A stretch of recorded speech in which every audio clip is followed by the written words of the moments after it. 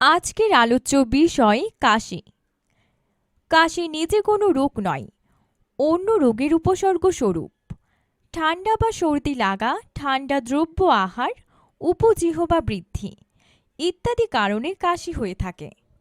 সাধারণত কাশি দুই প্রকার: সরল ও শুষ্ক কাশি। কাশির সময় কিছু বাহির না হলে শুষ্ক কাশি। কাশির সময় তরল শ্লেষ্মা বাহির হলে তাকে সরল কাশি বলে। মৌসুম বদলের এই সময়ে গলা ব্যথা, খুসখুসে কাশি সাধারণ সমস্যা।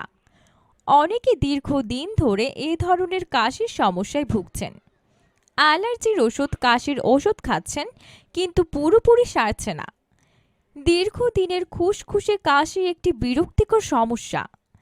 দীর্ঘস্থায়ী কাশি থেকে ঘুম ব্যাহত হতে পারে, ক্লান্তি বোধ থাকতে পারে।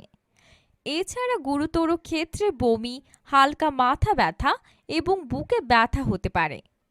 দীর্ঘস্থায়ী কাশিকে চিকিৎসা বিজ্ঞানের পরিভাষায় বলে ক্রনিক কফ। প্রাপ্তবয়স্ক মানুষ ও শিশুর কাশি যথাক্রমে ৮ ও ৪ সপ্তাহের বেশি থাকলে তাকে ক্রনিক কফ বলা হয়। কখনো কখনো দীর্ঘস্থায়ী কাশির কারণ চিহ্নিত করা কঠিন হতে পারে, তবে সবচেয়ে সাধারণ কারণগুলো হলো তামাক ব্যবহার, পোস্ট নাসাল ড্রিপ, হাঁপানি ও অ্যাসিড রিফ্লাক্স। অন্তর্নিহিত সমস্যাটি চিকিৎসা করা হলে দীর্ঘস্থায়ী কাশির সমস্যার সমাধান সম্ভব।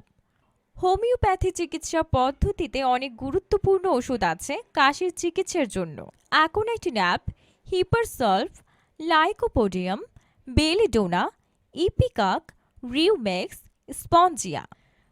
কাশির সমস্যার সমাধান পেতে আজই সরাসরি স্ক্রিনে দেওয়া নম্বরে যোগাযোগ করুন।